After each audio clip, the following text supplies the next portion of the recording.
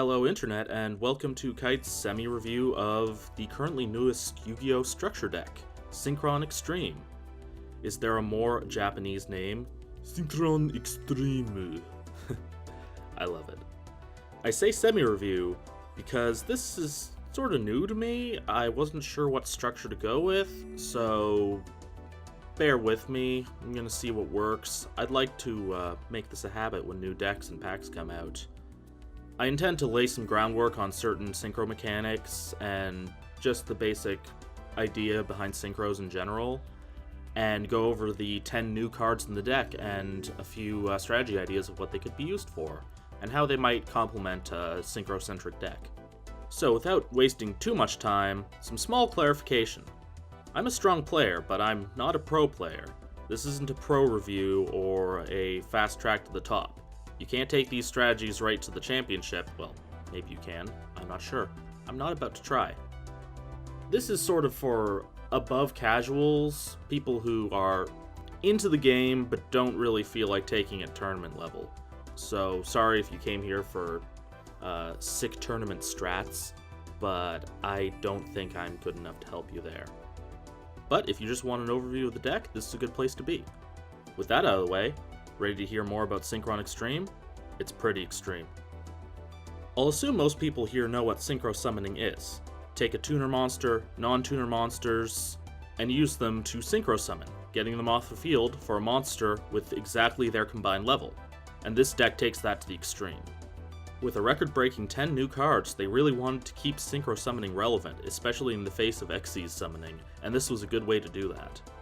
I'll try to go over the new cards and what they have to offer to the deck, and I'll leave a link to the card list in the description. Let's start with the key card of the deck, and not the one that's on the cover. I'm talking about XL Synchron, and also XL Synchro Summoning. In the Yu-Gi-Oh! 5D's anime, where Synchro Summoning made its debut, XL Synchro Summoning was the name given to Synchro Summoning using a tuner Synchro monster and a regular Synchro monster as material. Also some crazy Back to the Future 88 miles per hour thing, but I haven't actually gotten that far in the series yet, so I'm not entirely sure the specifics. We don't play this game on motorcycles, at least. I hope not, that'd be dangerous. So we can do it normally, but for the sake of differentiating these particular monsters, I'm going to refer to them as XL Synchro monsters, because they are a powerful class of their own. And rare, too.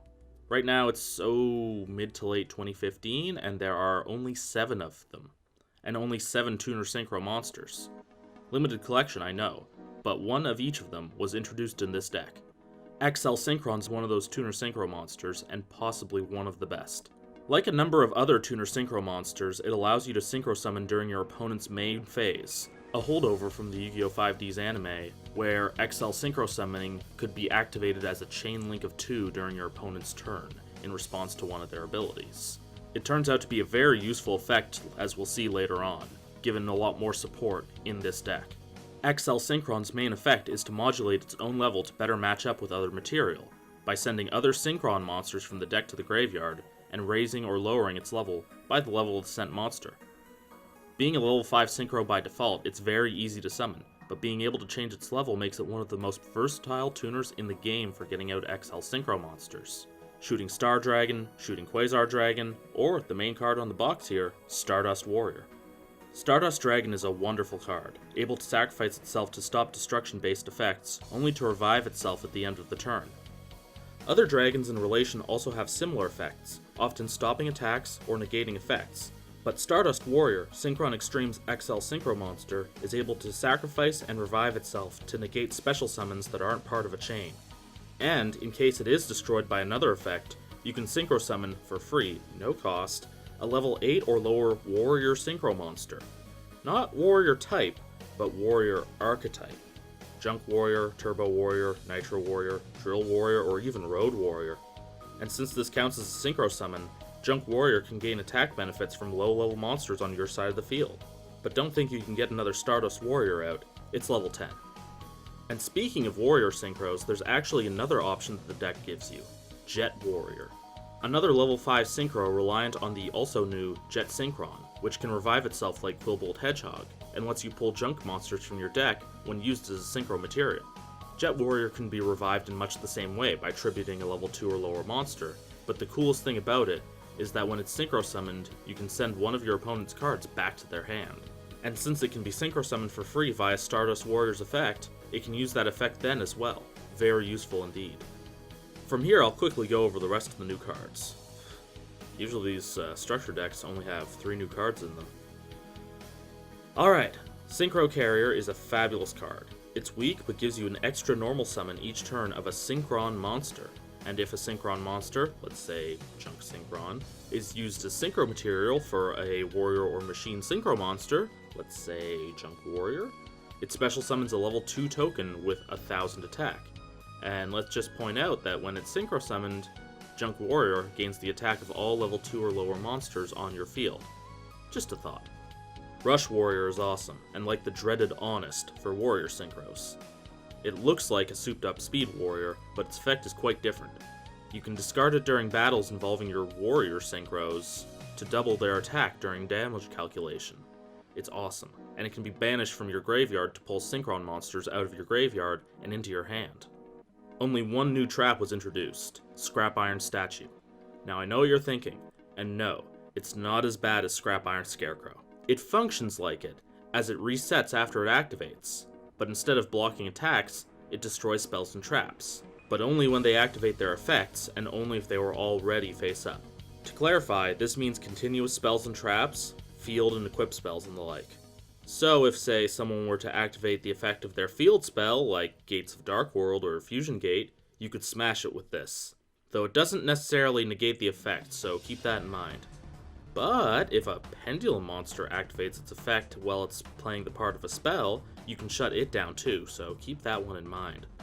Also, when it's destroyed, this card summons a junk monster from your graveyard, but that's par for the course at this point. Now on to spells, and these are doozies. Starlight Junction, note the pun, is a field spell for Synchrons. It offers no power-up, but lets you tribute tuners to special summon from your deck Synchron monsters with different levels than what you tributed. Now here's the kicker. Remember when I mentioned that Axel Synchron and other tuner synchro monsters could synchro summon on your opponent's main phase? Or when Stardust Warrior synchro summons a free warrior synchro monster when your opponent destroys it? Well, if you do that while this is on the field, you can shuffle one card on the field into its owner's deck. A lot of these cards are good at shutting down other extra deck summons, huh? Probably to combat the utter dominance of Xyz cards in the metagame. I see you, Silent Honor Arc. You get out of here. Go. Go. I don't like you. Next up is Limit Overdrive, a reference to one of the final synchro summons Yusei Fudo performs in the 5Ds anime. In it, he tunes 5 Signer Dragons together to make Shooting Quasar Dragon, one of the strongest XL synchro monsters in the game. That moment is depicted on the card artwork.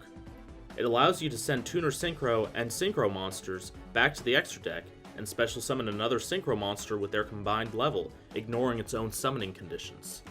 This is awesome, as it allows you to get out powerful Synchro monsters that might otherwise have restrictive conditions.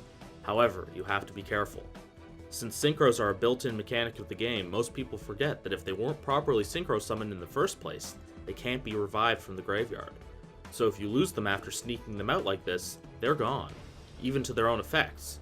So self-reviving ones like Shooting Star Dragon, Stardust, Red Nova Dragon, and even Stardust Warrior have to be wary. And any benefits they gain from being synchro summoned are lost too, like Shooting Quasar's multi-attack. This card can be amazing, but don't get carried away. Sometimes it's better to jump through the hoops than to try to find the fast lane. As a last side note, it's a quick play spell, so you can use Starlight Junction's effect to shut down your opponent even more. And now the most straightforward for last, Scrap Fist.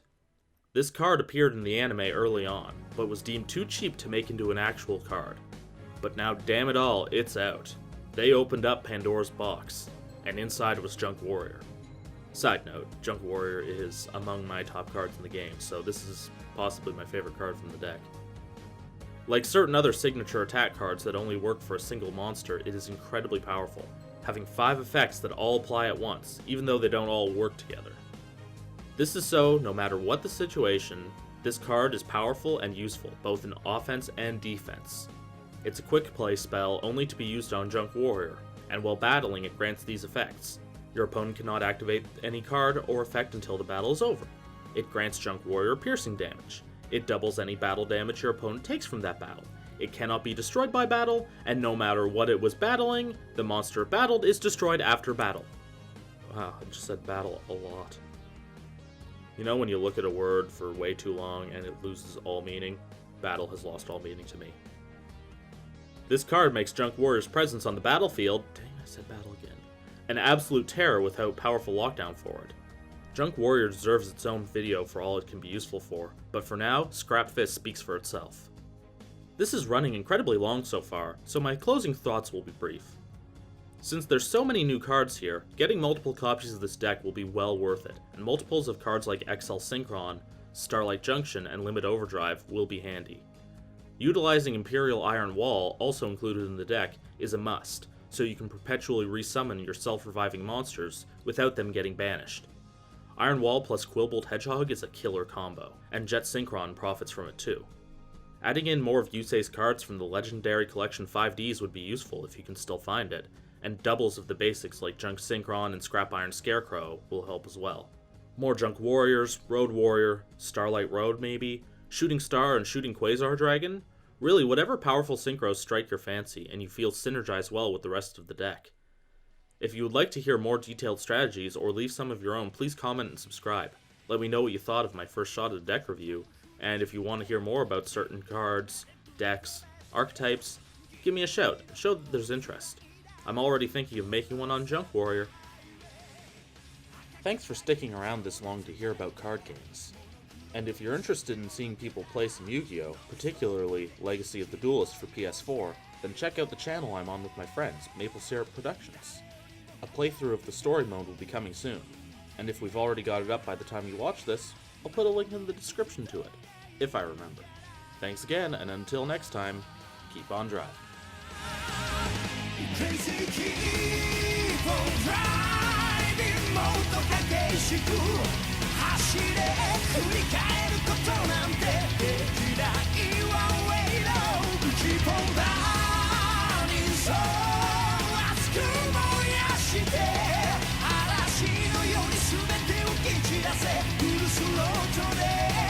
Yakuza